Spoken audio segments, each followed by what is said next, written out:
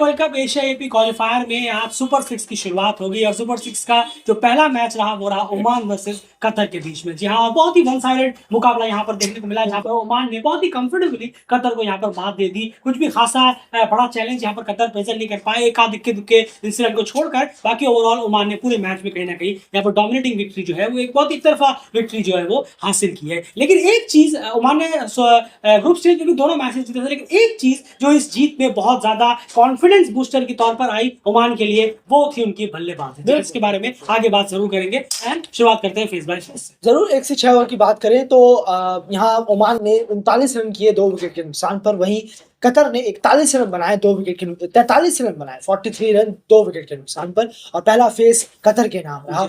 वहीं पर middle over की बात करें 7 से 15 की, तो यहाँ 71 रन 2 विकेट के नुकसान पर बनाए ओमान ने, और वहीं 59 रन किए 3 विकेट के नुकसान पर कतर ने। और यहाँ काफी पीछे रहा कतर और ये मिडिल फेस ओमान के नाम रहा। डेथ ओवर की बात करें 16 से 20 की, तो यहाँ ओमान ने 62 रन किए 2 विकेट के नुकसान पर, वहीं कतर ने सिर्फ 36 रन बनाए और 4 विकेट अपने और गंवा दिए, और वो इस मैच को और इस फेस को गंवा। बिल्कुल, देखिए यहाँ पर जहाँ तक डॉट बॉल्स की बात होती है, 41 डॉट बॉल्स के लिए ओमान ने और 48 डॉट बॉल के लिए कतर ने। यहाँ पर 41 डॉट बॉल्स ओमान की जरूर है, लेकिन उन्होंने साथ साथ में ये भी मेक श्योर किया कि वो स्कोर भी बढ़ा।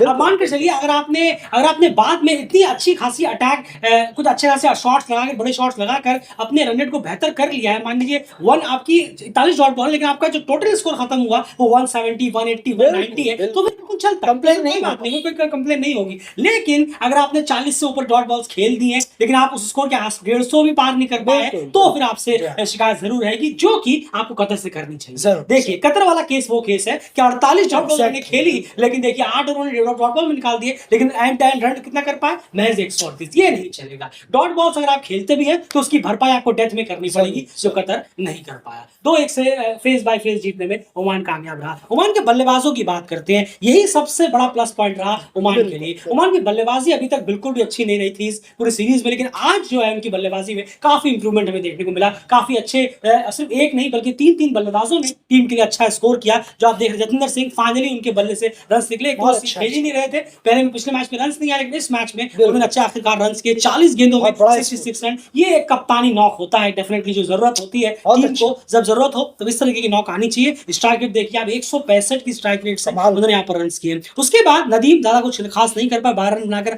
आउट हो गए। हम्माद ने भी 6 रन किए, अनफॉर्चुनेटली बहुत स्लो खेल रहे थे 15 गेंदों में।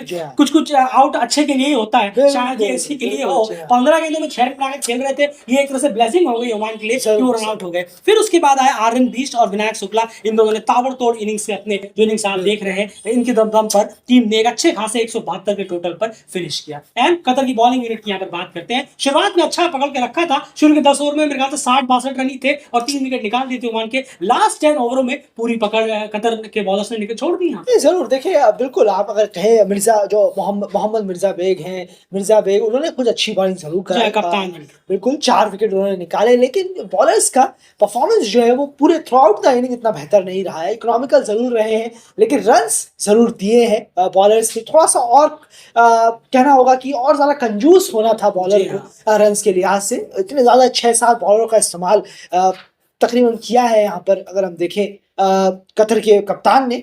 पर थोड़ा सा और प्लान के साथ अगर बॉलिंग कराई जाती, कुछ अच्छा एग्जीक्यूशन हो पाता है उस बॉलिंग की तरफ से, तो हमें और बेहतर कतर दिखती बॉलिंग वाइज, लेकिन ऐसा कुछ देखने को नहीं मिला।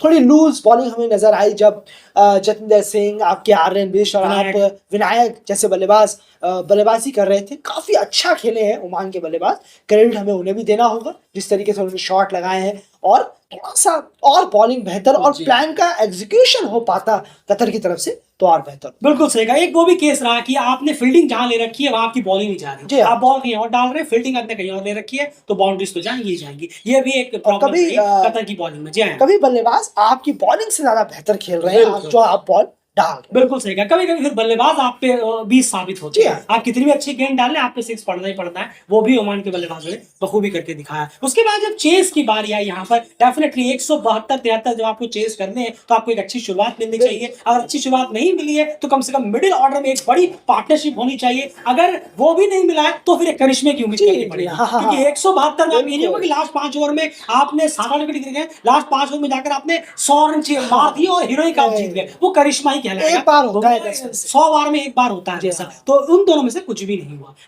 ना ओपनिंग स्टैंड अच्छा मिला, तेज मिला, लंबा मिला, ना मिड ओवर में, मिड फेस में कोई बड़ी इनिंग हमें देखने को मिली किसी प्लेयर की, दोनों ही नहीं मिला। और सूरत हाल आपके सामने है, जहां पर शुरुआत तो 2-3 प्लेयरों को मिली, लेकिन उसको बड़े में कैपिटलाइज नहीं कर पाए। जुबैर अली, उनसे एक उम्मीद थी, 14 गेंदों में 16 रन। शरीक मुनीर ने कहीं ना कहीं थोड़ी बहुत कोशिश जरूर की, 25 गेंदों में 34 रन, फिर 21, फिर 10, फिर 10, फिर 21, ये पूरा सूरत हाल रहा। इस इनिंग से आप 120 ही पहुंच सकते हैं, और वही पहुंची टीम, 130-35 तक पहुंची, और टीम जो है वो जो रखड़ा गई। और सबसे ज्यादा जिम्मेदारी जिन बल्लेबाजों पे थी, तनवीर, मिर्जा मोहम्मद बेग, जुबैर अली, ये तीनों ही नहीं चले, डेफिनेटली तो डिसअपॉइंटिंग होगा। जरूर एक चीज जरूर है कि जो आप देख रहे हैं मुनीर जैसे बल्लेबाज और असीम जैसे जो बल्लेबाज हैं, उन्होंने अपनी जो खराब थोड़ा सा इंटेंट दिखाया है। आपको इतनी जल्दी असीम को रिवर्स स्वीप मारने की वहां जरूरत नहीं थी। जी हाँ। इस तरीके से थोड़ा सा इंटेंटफुल, जब आप टिक रहे हैं पिच पर, ये बारीकी होती है। जब आप और बेहतर करना चाहते हैं, कुछ इतने बड़े इवेंट पर आए हैं, तो थोड़ा सा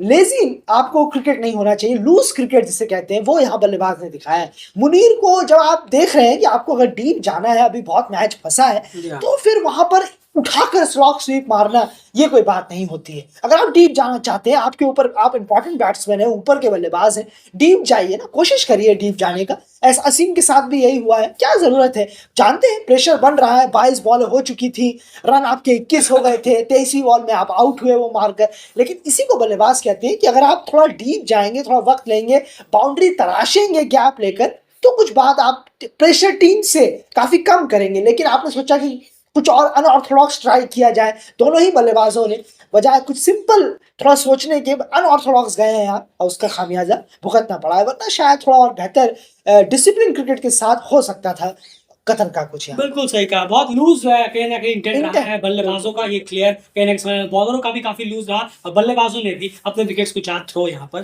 कर दिए। एंड ओमान की बॉलिंग यूनिट की बात करते हैं, रन्स बहुत अच्छे थे। ओमान के बॉलर्स ने इस टूर्नामेंट में काफी शानदार बॉलिंग कराई है। अभी तक जितने भी मैचेस अभी तक उन्होंने खेले हैं, इस मैच में भी हमें अच्छी खासी बॉलिंग देखने को मिली। जब जब विकेट्स की जरूरत थी, तब तक उन्होंने टीम के लिए विकेट्स निकाल कर दिए, और रन रेट जो है कतर के, उसको रोक के रखा। बिल्कुल एब्सोल्युटली। और कहना होगा कि स्टंप लाइन उनका मेन टारगेट रहा है। उन्होंने एलबीडब्ल्यू, कॉटन बोल्ड, अगर आपने देखा होगा मैच, सारे सबके सारे बॉलर्स स्टंप लाइन को टारगेट बहुत ज्यादा कर रहे हैं। और क्रेडिट देना होगा, मैक्सिमम टाइम जो है बॉलर कामयाब रहे हैं। जब भी विकेट मिला है, बल्लेबाज ने स्टंप लाइन से उठाने की कोशिश की है बॉलर। अगर जिन्होंने क्रिकेट देखा, मैच देखा, उनको अच्छी तरह मालूम हो जाएगा। ये बहुत बहुत अच्छा एक बॉलिंग का एक नमूना हमें देखने को मिला है ओमान के बॉलर्स की तरफ से। सभी ने कलेक्टिवली काफी अच्छा स्टंप लाइन को टारगेट किया। ये एक जबरदस्त एग्जांपल है कि आपने, जब आप स्टंप लाइन पर डालकर क्या होता है, ये होता है जब आप स्टंप लाइन पर बॉल डाल। बिल्कुल सही कहा। तभी बार बार कहा जाता है कि अगर आप कुछ ज्यादा चीजें आपके फेवर में ना हो रही हो एज अ बॉलर, तो आप करना चाह रहे हैं, तो आप सिर्फ एक लाइन पकड़ के चलिए, वो है स्टंप।